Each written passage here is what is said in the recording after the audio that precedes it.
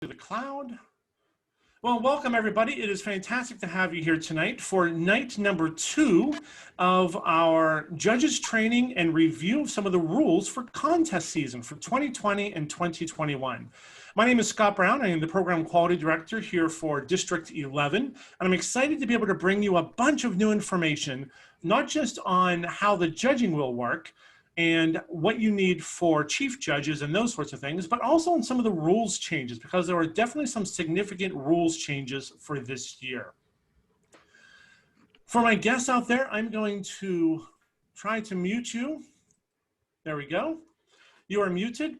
If you can wait till the end for questions, we're going to go through a whole presentation, and then at the end, we're going to be time for questions out there.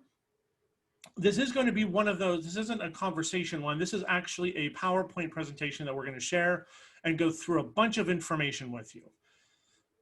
So let's start by sharing my screen.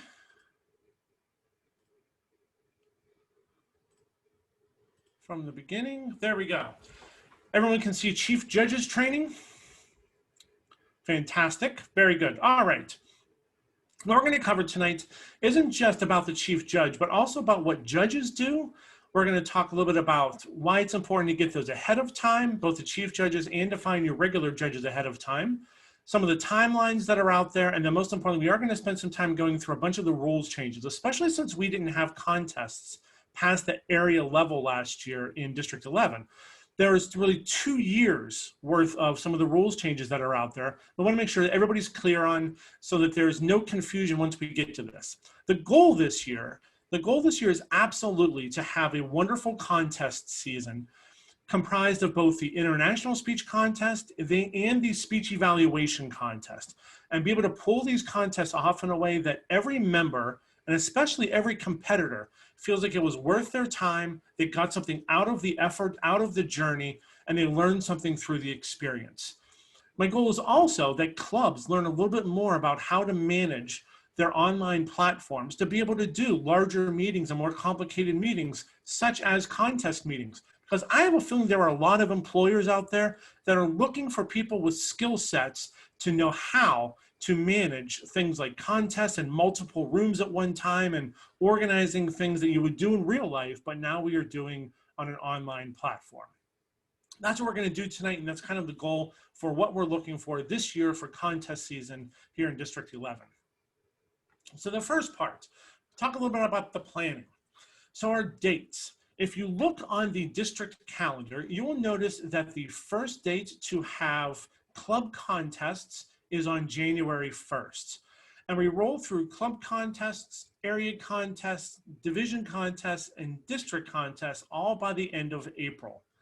Our dates for the district conference, we're having an entire district week conference this year instead of just a couple of days. We're going to spread that out over an entire week, a lot like we did with club officer training, to make it easier for members to be able to get to meetings and be able to experience more of what we get to share at a conference level. The finals, the speech evaluation contest, is going to be on Friday, April 23rd. That'll be here in a little bit on the presentation. And the international contest will be on Saturday, April 24th. So we're doing one per night. I urge you to start looking at your calendars now and start picking dates for club contests, for area contests, for division contests. Now, we know that the district is going to still support a Zoom account through the end of the year. That means that there may not be as many Zoom accounts available for you starting next year. However, we do have an enterprise account. And if we're going to be doing things like area contest, division contest, district contest, I urge you to get hold of Candace William, who is the administration manager for District 11, and she can help you schedule the area, division, and district level contest, where I'll be doing the district one, to make sure that you're on the schedule to be able to use the enterprise account. It gives you more breakout rooms, and it also gives you the ability to have more than 100 people there should your contest be a little bit larger. I do recommend, though, because we are doing this as an evaluation contest and also an international speech contest, I urge you to think about having those on different nights. And we'll get into how the evaluation contest is going to work here in a little bit, but it's going to take a little bit more time for an evaluation contest. Because let's face it, a part of the evaluation contest is about making sure that there's a level playing field. And if we were doing this in person, we would have a sergeant at arms walk over and collect sheets from all of the contestants after their 5 minutes, and then walk away and give them back one at a time. Barring some random stranger showing up at our contestants' houses, which again, creepy and weird, we're not going to do that. We think there's a way that we can do it so that it is still a fair playing field. It's just going to take us a little bit longer to get through that particular contest. So I urge you to schedule dates and the meeting rooms. The venue's a lot easier. Your living room is the perfect venue to be able to host one of these from. I also urge you to start reaching out for functionaries and contest chairs, contest masters, judges, tie-breaking judges, timers, all of those folks that help us with all of these contests, a Zoom master. Start reaching out and start to recruit some folks for that.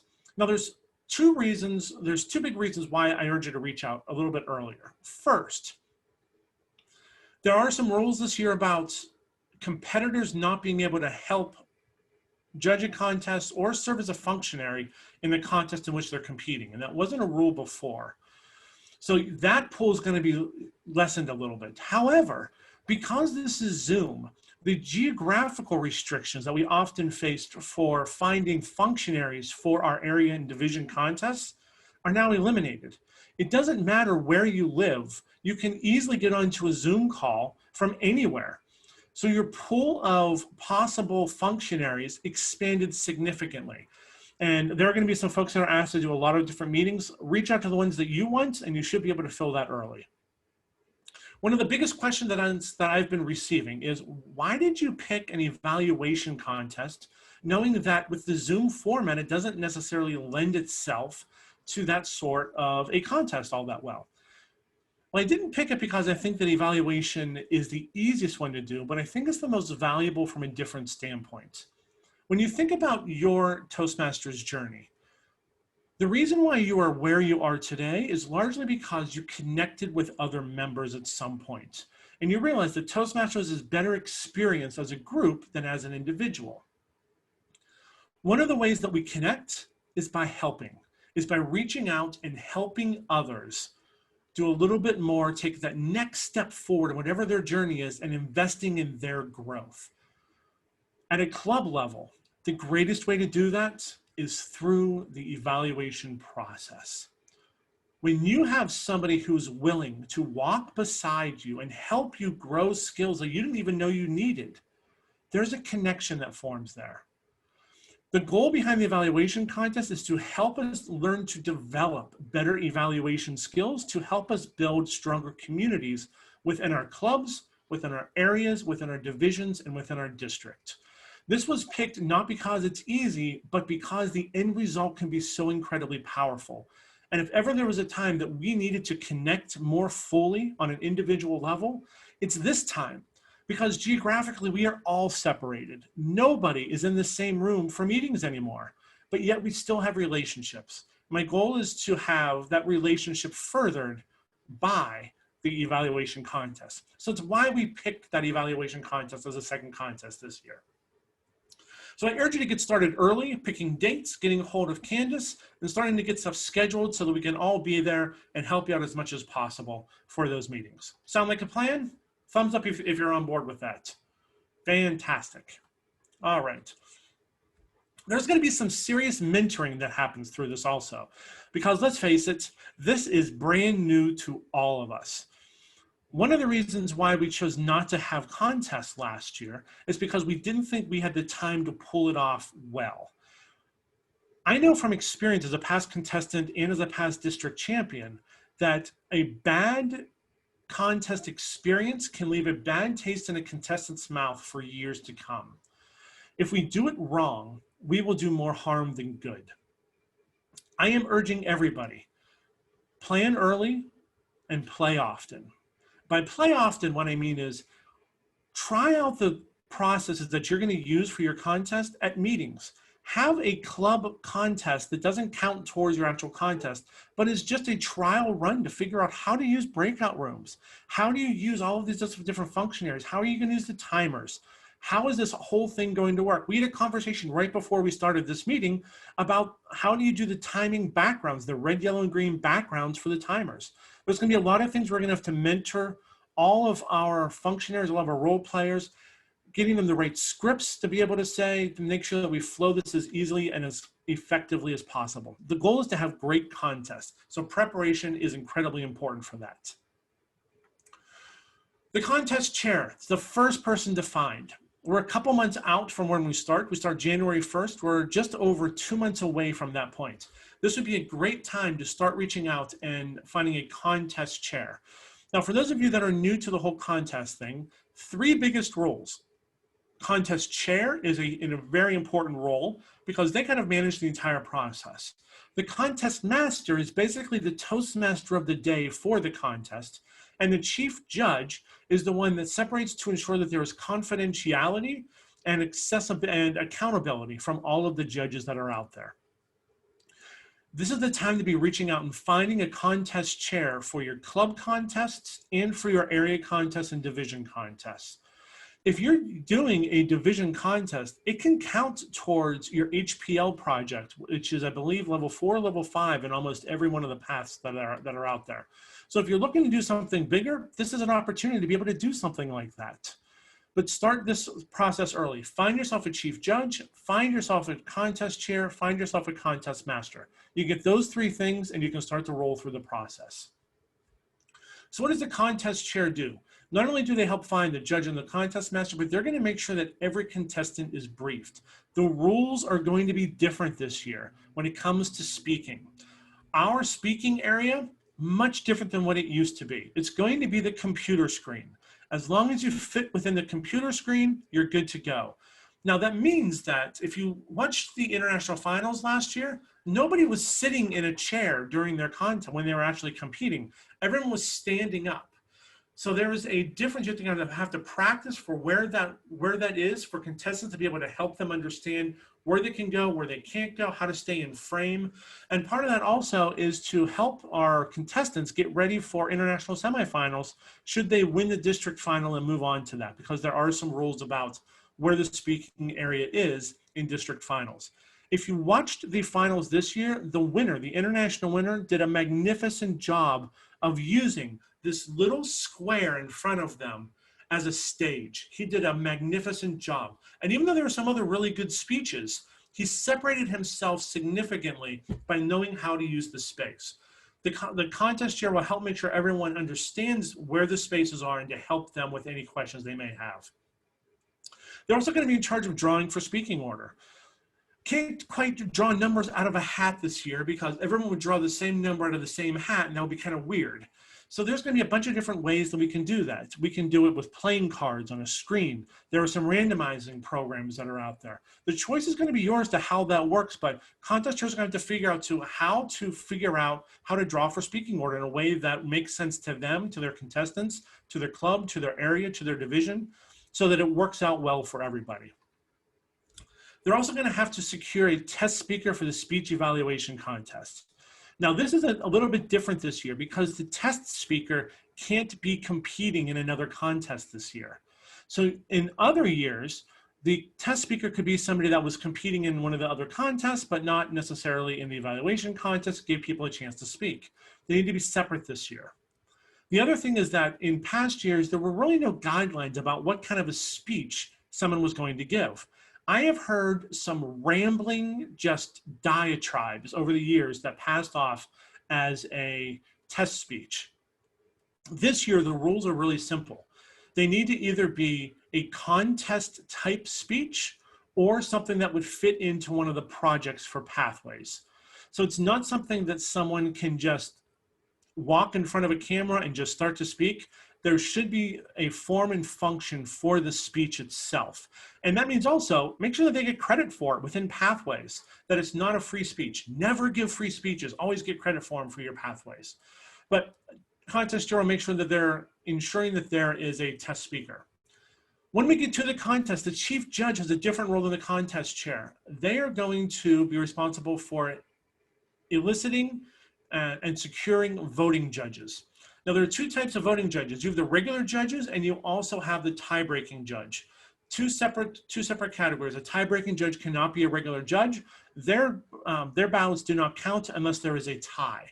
So it stays in a sealed envelope unless there's a tie, or we don't go into actually asking them for their votes on an online format. They're also going to have to ensure that the tally counters know how to tally. Now, because we're doing this online, I saw someone's suggestion. I don't remember what thread I was reading, but I saw a really good suggestion out there that we're going to utilize this year. For tally counters, have a secondary form of communication going so that you're not relying on being in a breakout room that you could accidentally end up back in the main room, and it could just be a complete mess. So start a FaceTime call or start a text string with the other tally counters and with the chief judge. So as you are counting the ballots and the votes, you can communicate back and forth through a secondary form.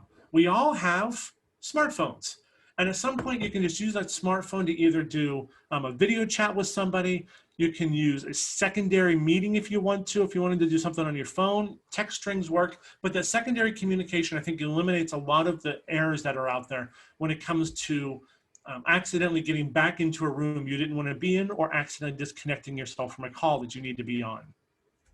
And lastly, the chief judge also briefs the timers. So they're going to have to be the one to make sure that timers know how to use virtual backgrounds, because using a virtual background is probably the best way for speakers to be able to see the timing that's out there. And because they're not going to be sitting in the same room, timers are going to have to communicate as well. So there may need to be a phone call that happens during the contest so they can communicate as well. But the chief judge will be in charge of voting judges, the tie-breaking judge, the tally counters, and the timers. All make sense to what the contest chair does and what the chief judge does? We're all good?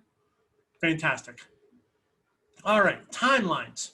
Very important. Again, we start January 1st with club contests, and we finish with the finals for the speech evaluation contest on Friday, April 23rd, and the international speech contest on Saturday, April 24th. They're both going to be evening contests. I believe that we'll probably still do the Saturday evening contest just to make it a little bit easier throughout the day that day, because we'll also have a business meeting for the conference. And we want to try to separate that out so that we're not on one Zoom call for 9 hours. That would not be our plan. Nobody wants that. That doesn't work for anyone. Ideally, all contests on all levels should be held on separate days, meaning that even at a club level, hold your evaluation contest on a different day than you're holding your international speech contest. When we get into the how to do the evaluation contest, the timing of it makes sense. It's going to be a little bit longer process, so we don't want to keep people on calls for too many hours that they end up losing interest through the whole thing. If a club deems that they don't want to have a contest, a club can still nominate somebody to move forward to an area contest. There is no requirement that clubs have to have a contest to put somebody forward to an area contest. However, areas cannot nominate someone to move forward to a division contest, and divisions cannot nominate someone to move forward to a district contest. The only level that can be nominated is at the lowest level, which is at the club contest, but clubs still do have that option within the new processes. So a little timeline before we get to the contest. 2 months before the contest, choose the contest chair, who in turn selects their chief judge and their contest master. So that's about where we are right now. We are just about that 2-month mark. A month before, so we're looking probably about the beginning of December, end of November. Contest chair, chief judge start selecting their respective teams. So we need to make sure that we have enough folks that we're also counting on last minute cancellations. If you've ever organized a contest, you know that somebody is not going to show up. Someone's going to cancel the day of the contest. It happens all the time because people have lives outside of Toastmasters. I know, it's crazy. I can't believe it either, but people actually do have lives outside of Toastmasters. We want to be very respectful of that, that if they can't make it, it's okay. Just plan ahead for that. Plan that month ahead to start signing up all of your functionaries. 2 weeks before the contest, conduct a practice contest. We want you to do a trial run. We want you to go through, and even if it's a meeting that you're just going through and doing the processes that you're going to do for the contest, and you do it at a regular club meeting, that's perfectly fine. But do something that you're going to test out all of the processes that you're going to use for the contest. It'll make your day of experience a lot easier. 1 week before the contest, have all the photocopies ready. Here's a big part of that. In previous years, Meg, bless her heart, she was so sweet to have printed out all of our documents that we needed for area, division, and district level contests. However, we don't really have a great way to be able to deliver stuff to people this year. And there's really not a need to be able to do that if no one's going to be in a central spot. So we're going to be emailing all of the forms that everyone needs to print out to all of the division directors and area directors, who will then be sending it out to all of the club officers to make sure that those are all ready to go. And every club can print out their own, areas can print out their own, divisions can print out their own, and the district will print out their own. Without putting everybody together, there's not a reason for that. So it is important to be able to do that. And the week before the contest, make sure you have everything collated so that you have a nice little contest chair kit, you have a chief judge kit, all your timers have their stuff ready. Have a call a week before so that everybody can kind of go through last minute questions and make sure that you're all ready to go before the contest. We want to make sure that the contestants, this is the most important part of this, the contestants and the members need to have the best experience possible. And we can plan for that ahead of time. It's just going to take us a little bit of a longer time period than what we'd have before. So we comfortable with the 2 months, 1 month, 2 week, 1 week time frames before we get going here? Yes? All right, I see head nodding, fantastic. Checking contestants' eligibility. This is a change this year. This is a change this year. Prior to area division district contests, we're going to be checking those eligibility, and they can be done with an eligibility checker in Leadership Central. And here's a link for it. I will be sending this PowerPoint presentation back out, not just to all of the area and division directors again tonight, but also to all of the club officers. I'll be sending this out tomorrow to everybody out there, so everyone will have access to this to be able to get in there. Because it's on Leadership Central, I believe that only area division and district officers have access to that. But there certainly isn't an opportunity for everyone to be able to use this to check eligibility. Now, who is eligible? First part of who is eligible. You need to be in a club in good standing and be a member in good standing. Now, that's a little bit tricky this year. Think about how many clubs we have out there that only have 8 to 12 members right now. And we're going through dues renewal. We know that we're going to have more clubs that are not in good standing but are still active clubs than we've ever had before. If you are wanting to compete in the contest, you're going to need to make sure that your club that you're competing for is in good standing. And it's not going to be every club that's out there. So you need to be a paid member in good standing of a club in good standing. It might mean that if you really want to compete somewhere, you may need to join a separate club in order to compete. So it's not ideal, but we know that that is an issue that's out there. Here's the biggest change for this year. If the member joined before the Regions Pathways launch date, so for us, we believe that it is around January 2018. We will find the exact date for you. Looking into that right now. I wasn't here then, so I don't remember exactly when you went. I know that it was about 4 months before us. So we're going to figure out, Donna's holding up 6, so I'm thinking January 6, 2018. That's okay. We'll figure it out after this. The sign language is fantastic, Donna, but I have no idea what those numbers are. It's okay, though. So we'll get you all the dates for exactly when that date is. But if a member joined before the Regions Pathways launch date, they can still use 6 speeches in the CC to be eligible for the contest. Or they can use level 1 and level 2 in Pathways. But they had to have been a member before we went to Pathways. If the member joined on or after the Regions Pathways launch date, they need to have completed level 1 and level 2 in one of their paths and pathways. So before, they can use a CC. After, they need to be level 1 and level 2. Now, the reason why this is significant, there are members out there, a lot of members out there. I was one of them that was still actively working towards DTMs as we got close to the end of the year this past year. Some members had not transitioned up. Unfortunately, I had already transitioned because I had my speeches done a couple of years ago. But a lot of members hadn't had their speeches done. So they were still working out of advanced manuals up until June this year. They're just now starting their level 1 pathways paths that are out there. They're just now giving icebreakers and the first speeches out there. If they remember before, they can still use those 6 speeches in the CC to qualify. We don't know if that'll be the same thing next year, but for this year, there is still that latitude for anybody that was out there. So does it make sense to where we are with who can qualify to be in the speech contest? And this is for the international speech contest. This does not apply to the speech evaluation contest. Speech evaluation contest is purely member in good standing, club in good standing. These rules for how many speeches you have to give is only for the international speech contest. We good here? Yes, fantastic. All right. Chief judges. A couple of things you're looking for in a chief judge. You're looking for someone who's experienced, knowledgeable, organized, decisive, and fair. Most importantly, you're looking for somebody who's not afraid to make a decision. Now, here's a great place to put in a couple of stories about my personal journey and why I am so passionate about having fair contests and how it can completely change a person's perception, a member's perception of Toastmasters.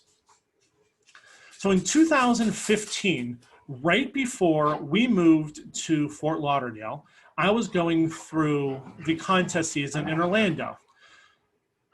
That year I made it to the division finals. In the division finals, one of the contestants I was speaking against, a gentleman I had known for years, his speech was about his relationship with his dog. And it was about who saved whom. Really cute speech, really nice job. But to make the speech more impactful, he brought his dog with him. It was a small dog, carrying case, kept it in the auditorium underneath his seat. No problem, right? When I went to speak, his dog barked for 5 out of the 7 minutes that I spoke. I had to speak over a barking dog for almost 7 minutes. I didn't win that day. And I don't know if I would have won or if I would have lost, but I'll never know that because it wasn't a fair playing field. Chief judges can help manage that process. Now let's fast forward. I moved to Fort Lauderdale, spent a year down there, moved back to Orlando. The next year I said, I'm going to give this another shot. I think that speech was good. I want to give it a shot again because I don't know how far I could have gone. On the area level, I ran into the same guy at the area level this year because I had known him for a long time. When we drew for speakers positions that day, I drew speaker number 2, he drew speaker's position number 1, so he went first.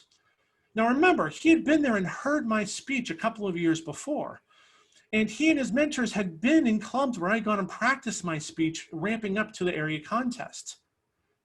He gave my speech almost word for word before I gave my speech. He had recorded it, memorized it. He even used the same gestures that I did. So I was left in a predicament once again. Do I just give the same speech that somebody else just gave and put the audience in a horrible position? I gave a back pocket speech. I came in second that day. But when it came time to protest, I protested, but I had no proof that I had nothing recorded of that speech. So my protest was denied. Chief judges need to be able to have a sense of the right and wrong as well. Now, if you've heard somebody else give a speech and then somebody else gives that speech, it's probably not that other person's speech. That's an important part of this. Situation number 3, I moved to Indiana. Made it to the division finals. And I don't know if this was just a flippant comment that wasn't really serious, if it was just kind of off the cuff or whatever. But after the contest was done and I came in second once again, I was walking out with somebody who told me they were a judge, and she made the comment to me, "We don't vote for people we don't know." And I thought, wow, that means 2 things happened here. 1, you had already made up your mind before the speeches even started. And 2, we means there was more than one person that was involved in this. Now, I don't know if it was just a flippant comment that was just that she didn't really mean what she was saying. It was poorly worded. Could have been a lot of things. I don't hold it against her that I lost, but I do hold the fact that it's possible that there are judges out there that may not be judging based upon what they hear, but based upon who they know. Now, the reason why the judging is so important to be anonymous through area, division, district contests. And let's face it, club contest is really hard to be anonymous in a club contest. We know the strangers that show up to our club meetings all of a sudden and have never been there before and never come back. They were probably the judges. We get that. But for the anonymous part, the reason why this is important, I know someone who competed in Europe, and he found out that he lost his contest because the judges were all paid by the winner to vote for them. So there was money that exchanged hands. And that was about 7 years ago that happened. Will these things happen in your contest? I hope not. Good Lord, I hope not. But could something like this happen in a contest? Yes. You're looking for the qualities of a chief judge, the experience, the knowledgeable, the organized, decisive, the fair, that being able to make tough decisions, being able to ensure that there is a fair and level playing field in the judging component of contests. I wish these weren't true stories, but they are. So it's why that I'm very passionate about having chief judges that are qualified, and also having judges that are qualified to be judges. Now we know there's judging criteria and you need to have gone through the same 6 speeches or the CC the same way as contestants, but we're looking for those folks that may not have a slanted view of whom was speaking, either positively or negatively. So very important that's what you're looking for in a chief judge. Does that make sense to why I'm passionate about this and why I'm really looking for folks to really select chief judges and spend some time doing that to find the right chief judge? Do we get that? Do we get that? Donna's like, oh, and I saw Donna's mouth drop a couple times there too. So yes, so that's why we're doing the chief judge. So before the contest, what does a chief judge do? They're going to check the eligibility of the voting judges and a tie-breaking judge, make sure that to ensure their availability and commitment, make sure they're going to be there, make sure they've read the speech contest rule book. I did send that out to all of the area directors and division directors today, and I will send that out to all of the club officers tomorrow, along with a chart that shows all of the changes to the rules this year. So you'll get that for last year and this year. I'll be sending that to all the club officers tomorrow, which is Friday. Download all the documents from the D11 website and TI website. Make sure everybody has everything that they need. Make sure that everybody has their scripts, that they know how they're going to do the timing. They understand the minute and 2 minutes between the evaluations so that you know when somebody stops, that you're not just introducing somebody. Walk them through so that everybody knows what somebody is doing so that it's a level playing field for everybody. It's all about pre-work for the judging and then on the day of making sure that it's a fair contest for everybody. Make sure that all the judges have been briefed. And again, I'm going to ask that all the chief judges, you can share my stories. It's fine. The goal is to make sure that there's a level playing field. We want to have a level playing field and something that all of our contestants walk away this year saying, that was a fantastic experience. I'm glad I did that. I can now use what I did here at Toastmasters out there in the real world and feel like I'm better prepared.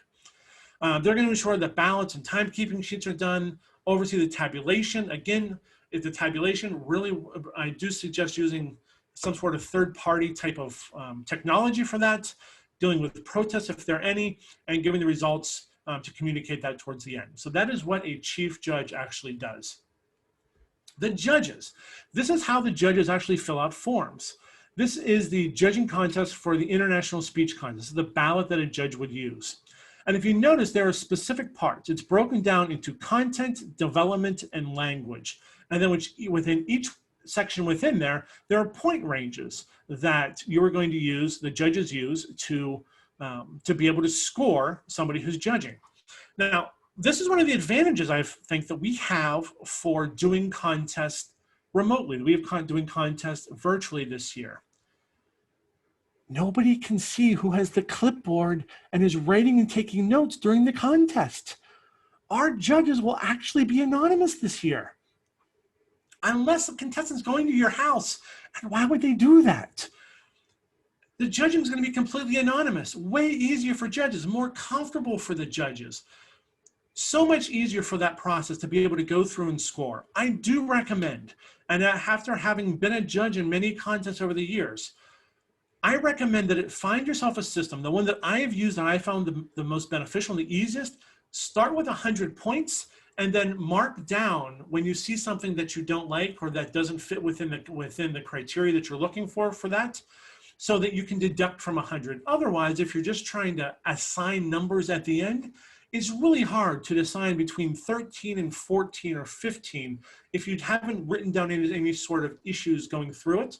But if you start with 100 points or 20 points in the speech development and mark off points within that so that you know how you're scoring and there's a record of it for yourself, it makes it way easier at the end to understand why you scored. Judges do need to come up with an actual winner though. They can't tie. So you're going to give 3 points for who you think was in first place, 2 points for second place, 1 point for third place. You can't say everybody was great. I'm going to give everybody 100 because everybody should win. We don't give just the participation trophies. We need to find a winner. So the judges need to be able to score that, be organized enough to understand how to do that, and then be able to make a decision at the end. So that's what you're looking for within the judging and the chief judging portion of the contest. After the contest, chief judge fills out the notification of the contestant winner form. They send that to me as the PQD, and they forward all the reporting on so that you can then close out your contest and move on to the next one. That is what a chief judge does. That is what a judge does. That is the timeline we're working on. Does that all make sense? Do we think we understand kind of why, the where, and the what for what judges are doing, chief judges are doing, and the timeline for how this is working out? Thumbs up if we're on board for we're good to go here.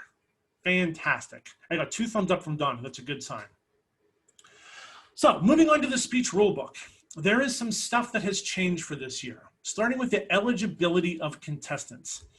And this is all taken right out of the Toastmasters guidelines. To compete at international speech contests, the contestant must be a member of good standing in a club in good standing. We've already talked about that a little bit. If the member joined before the Pathways launch date, 6 speeches in the CC or level 1 and level 2 in Pathways. It's not level 1 or level 2, it's level 1 and level 2 within Pathways, or 6 speeches in the CC. If the member joined on or after the Pathways launch date, level 1 and level 2 in Pathways to be able to be eligible. And again, contestant has to be a member in good standing and a club in good standing. Eligibility of a club, paid member of a club in good standing. So again, member in good standing and a club in good standing. At the area division district level, a judge must have completed a minimum of 6 speech projects in the competent communication manuals in level 1 or 2 if they joined before the start of Pathways, or again, the 2 levels within Pathways if they joined after that. Contest chairs, chief judges, voting judges, tie-breaking judges, timers, counters, sergeant-at-arms, and test speakers may not compete in the contest in which they are serving in any one of these roles.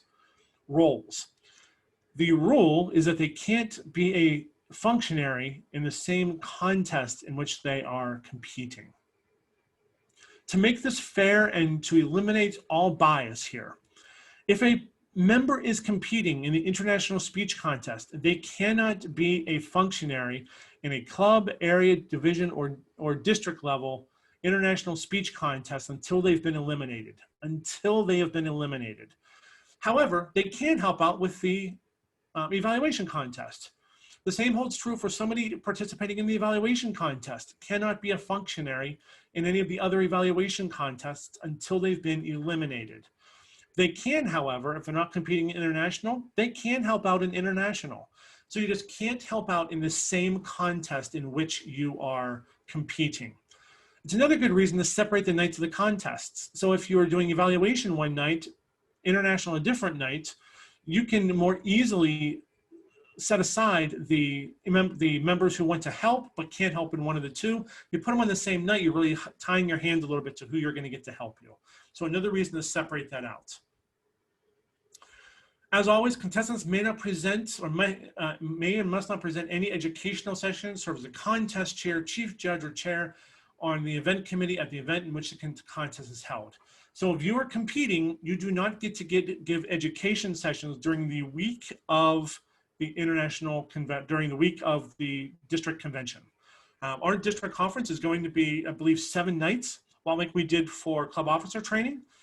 If you want to give a presentation there, unfortunately, you cannot do it during that time. We will set aside time after the contest, before the start of the next Pathways year, for anybody who's looking to give a presentation that doesn't fit within those guidelines. So we'll still get you to be able to do an education session, just not when you want it to have it done.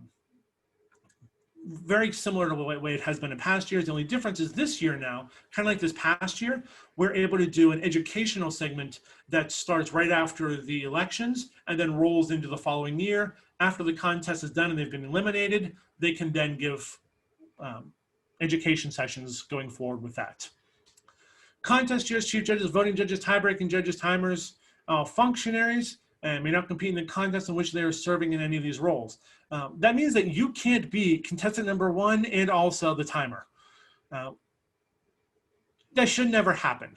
That really should never happen. Even at club level, if you're competing, please don't give them a role to do. They should not be sergeant at arms / contestant 4. That shouldn't be a thing. Let them just focus on competing, get somebody else to do the other things.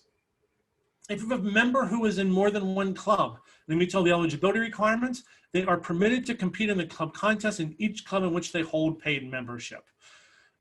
I believe that we've done that here in this district in the past also, and most districts have done that in the past. They changed the wording a little bit, but if you're a member of multiple clubs, you can't compete at a club level in multiple clubs. If you win multiple clubs, you have to choose. You have to choose which area you're going to go to. You cannot compete in multiple areas. You can compete at a club level in multiple clubs, but you cannot compete in multiple area contests in the same contest.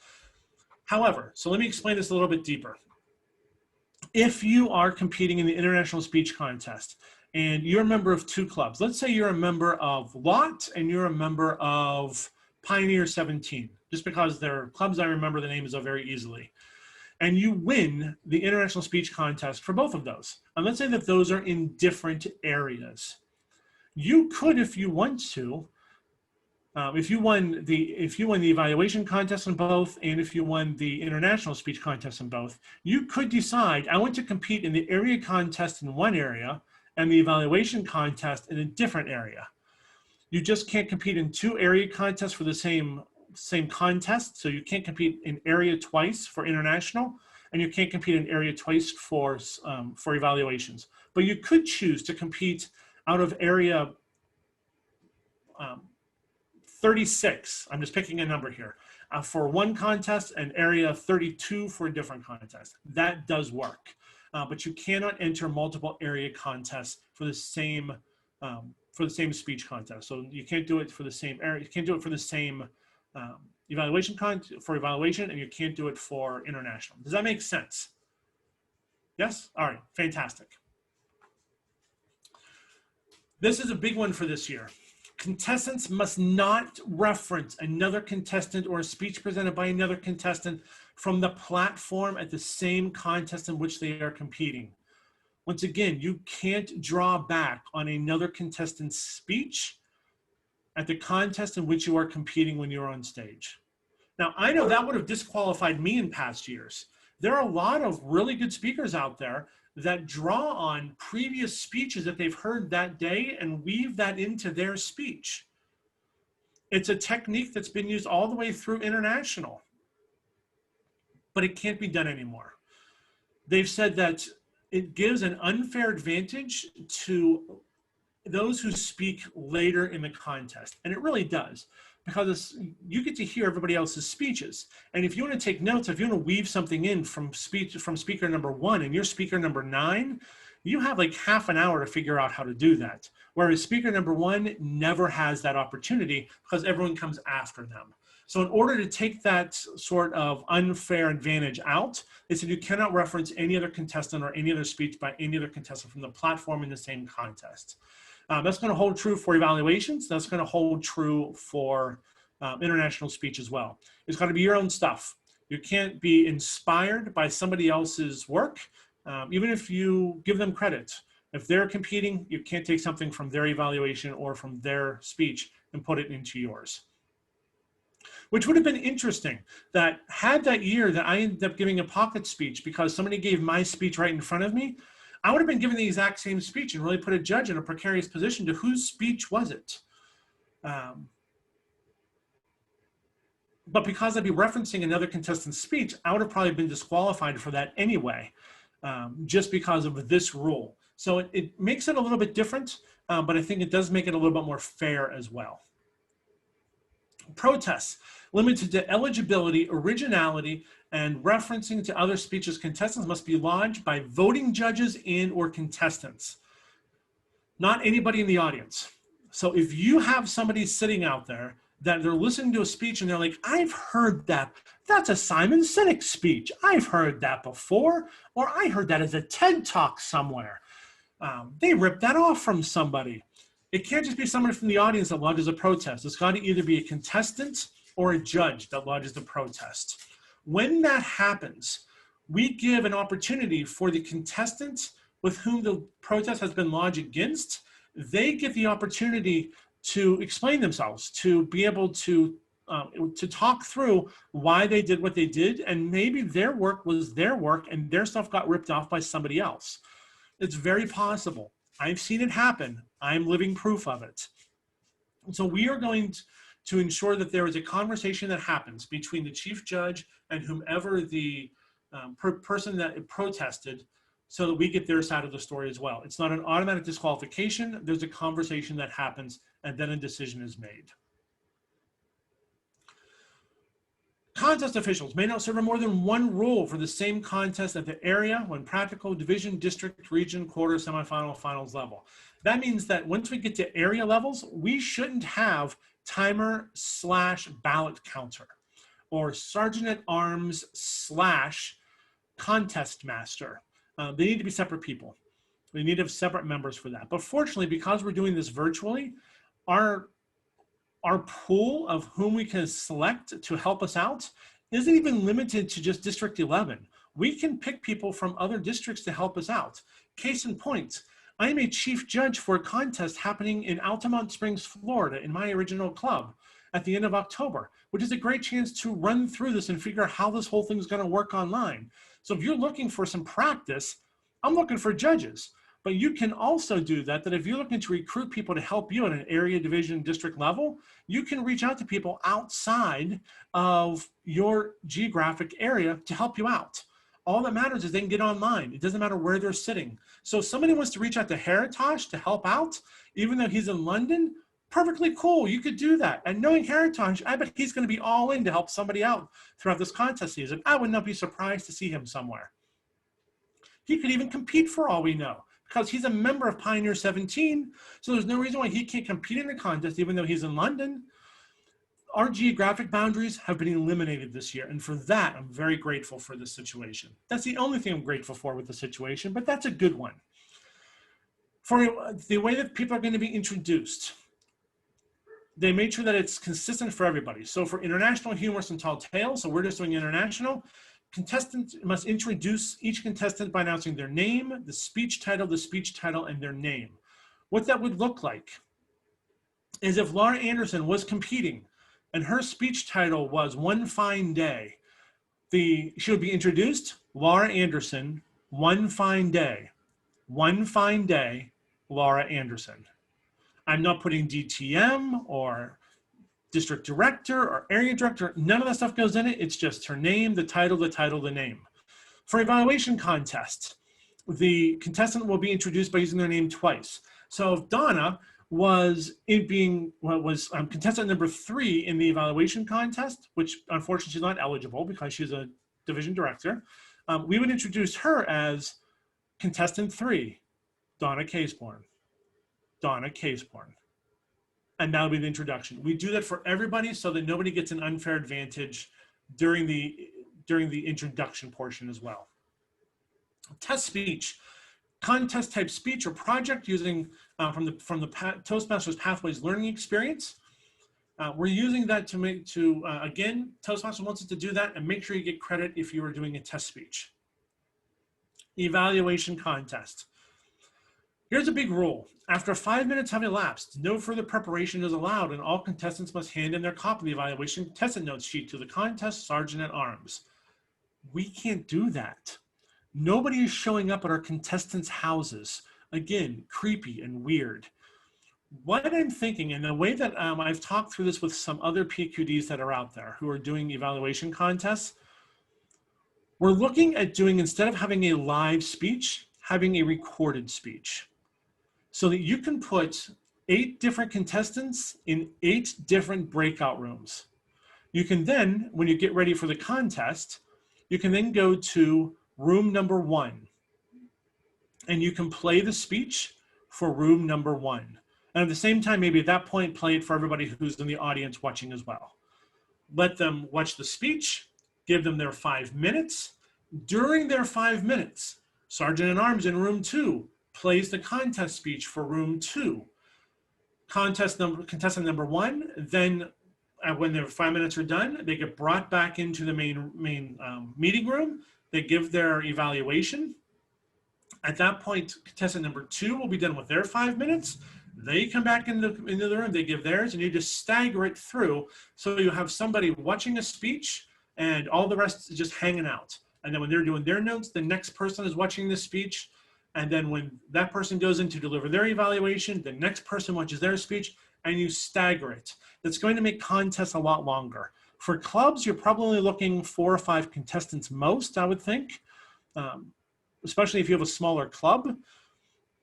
So it's not going to be super long, but once we get to especially division level, you're going to be looking like Donna's division level contest could go on for a while. I think that she has 9 different areas, if I'm not mistaken, or 7 different areas. It's going to be a lot of people, a lot of speeches to watch. But if you stagger them, that should work pretty well to be able to get through that. Could this change? Absolutely. We're going to go test it out in Orlando, Florida and see what it looks like. If it doesn't work, we're not going to do it. So that's why it's good to go practice somewhere, to go get some practical experience and then bring that back. That's how we're looking right now to do the evaluation contest, so nobody gets an unfair advantage of being able to watch the speech, do their notes, and then on Scout's Honor, I promise I won't look at my notes once for the next 40 minutes. That's not going to be a thing. So the recorded speech might be a solution to that. We think that's going to work. We'll find out though. What you're going to need for contest officials at the club, you're going to need contest chairs, chief judges, the voting judges, 5 at a club, area minimum of 5 or 1 from each club in the area, division minimum of 7 or 1 from each area in the division, and district 7 again. Tie-breaking judges, everybody gets 1. Tally counters, district level we get 3. Timers, 2 across the board. But important at division level and district level, the judges should not be from the same club as the contestants. Make sure you know how many clubs that contestant is in. I'm a member of 5 clubs, and I know that I'm not a member of the most clubs that are out there. So if I was competing, the judges couldn't come from any of the 5 clubs from which I am a member. It would have to come from somewhere else. But again, because we can reach outside of our areas and divisions much easier this year than in past years, you can reach out and get folks from outside of your area or division to come help you. Same with club level. If you have a club with 8 people, you still want to have a contest, you can absolutely reach out to other clubs, other areas, make friends outside there. Use the ambassador program and go make some new friends and invite them to come help you at your contests. We used to use the ambassador program for that all the time when I was in Orlando. It's one of the great advantages. All right. I'm stopping the share. What do you think? What questions do you have? What comments do you have? Please feel free to unmute yourself, ask whatever you're thinking of that's out there. Any comments would be fantastic as well. I'm sure if you're thinking it, somebody else is thinking it as well. Donna, you were the first one to unmute, so why don't you go first? Okay, my first question is I can't hear you though, I'm so sorry. Oh, you can't?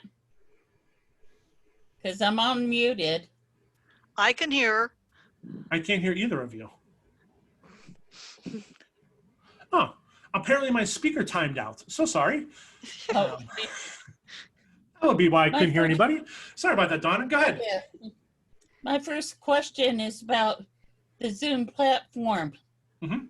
Because we, as a committee, have been working on changing over to other platforms that headquarters doesn't want us to use Zoom just because of the cost. If we get those other platforms in place before the clubs and the areas and divisions have their contest, are you saying that we are still going to do everything contest related via Zoom?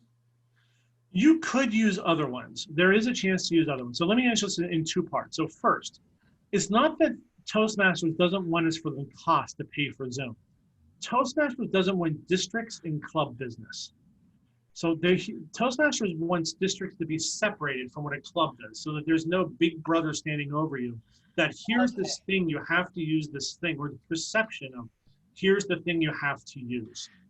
We don't do it when there's not Zoom. Like, we don't have the district out there paying for meeting spaces saying, here, you have to go use this space, is what we bought for you. It's the same kind of concept. So it's not that it's the cost part, it's really to keep Big Brother's hand out of club business. Mm-hmm. But when it comes to using Zoom for the contest, when you get farther along in the contest, like we will use Zoom for the district contest. And if you make it past district, Zoom is used for the semifinals and the finals. Okay. So if you are a contestant, you probably want to be able to practice that before you get to that level. Do you have to do it? No, absolutely not. You can use whichever one works best for you as an area or division.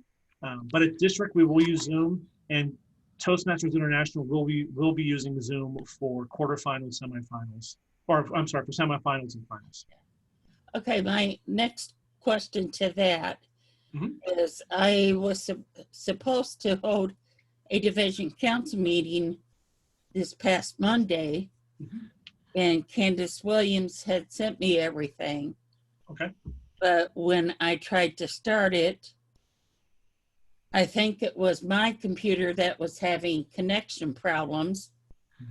And Tim Johnson was trying to get on there, but I couldn't ever hear him. And then all of a sudden, Janae Bryant, who we talked to via phone, we were both hearing Nora's club's meeting. Okay. That. And so it was like, okay, what's going on? And another thing, then I'll let Laura pipe in. Back in April, when there was this big scare about do we do online contest or not, Mhm. there was a member over in China that gave training and examples on how to do it and how to have the breakout rooms. And he did it in English. So somebody in Italy helped him do the training. We actually have somebody closer than that to help us out. If you were at Fall Education Day last year, Kim Krajci from Cleveland came over and did a presentation at Fall Education Day. They actually went through and did contests last year, and they did a wonderful tutorial on how to use all of this that we'll be linking into and sending that out to everybody so that we can use that as our baseline as well. Like, we're not going to try to reinvent the wheel, but we are going to learn from some of those folks that have been out there and done some stuff like this already. Good, and I apologize, being loopy right now. Quite all right. Quite all right. I'm not noticing any difference myself. Oh, thanks. So I couldn't resist, Donna. I couldn't resist. I know. So fortunately, I'm friends with Kim. So it's nice to be able to have somebody in the loop also that's done this before. So not only will we be able to use some of their training documents, but when we have questions, she was a contest master last year and she can help us work through it. District 40 did it as well. David Hill's going to help us out if we need help too. So we have some resources to be able to help us get through this. This is just the first part of starting the planning process of how to work through contests this year. Okay, good deal. That's what I want to hear. Is about. We're not reinventing the wheel. We're help. That's one reason why we didn't do it last year. Is that we didn't think that we had the capacity to be able to do it well. And some other ones, even though they did it, there are some folks that did it and didn't do it well. And we're going to learn from some of their mistakes too. Okay, Laura, you asked. All right, what do you have? I guess my question is about, you said there's enterprise that we would have available to us to use, something that we, is that Zoom or something totally It's different? a Zoom Enterprise. There are different levels of Zoom. The highest level they have is called Enterprise. It's just the product name for their Zoom account. The highest. Okay. It just gives us more breakout rooms and more capacity. Okay, that was what I was not aware of. So I was trying to think, is this something new? Because with the different groups that I belong to, I'm using Microsoft Teams, I'm using Skype. We're talking about in what my one club going and trying, we're going to try the Facebook thing. And so, and I know that there's still even 2 or 3 others out there that luckily I haven't had the chance to go and try yet, but I'm sure that something's going to come up somewhere that I'll have to go Tyson and did a use them. great tutorial that's posted on the District 11 website. That the link through there to get through the playlist. Tyson did a fantastic tutorial on a bunch of different free options out there. There are Okay. a couple I'd never even heard of before that sound like they're really good options to be able to use too. Yeah. Okay. Yeah. I Let like me- to look at them. Yeah. The Comment. D11 website, a lot of stuff posted. I think this is going to be the 14th video just of training that's out there. Plus we have membership week stuff, and we also have the tutorials on how to use some of the free platforms for meetings as well. Yeah. Okay. Laura, the Facebook creating a room out there, you can have multiple rooms. I found when I was walking through the training, because I'm going to be one of them that helps answer Division H and Division C's questions with whatever platform we move to. So why don't we why don't we end the call part for the recording, and then Okay. the 3 of us can have a conversation about platforms and that kind of stuff. Does that sound fair? Good Sounds deal. good. All right. So everyone, thank you all very much. As you can tell, this is certainly a work in progress. We're going forward, but this is the first step.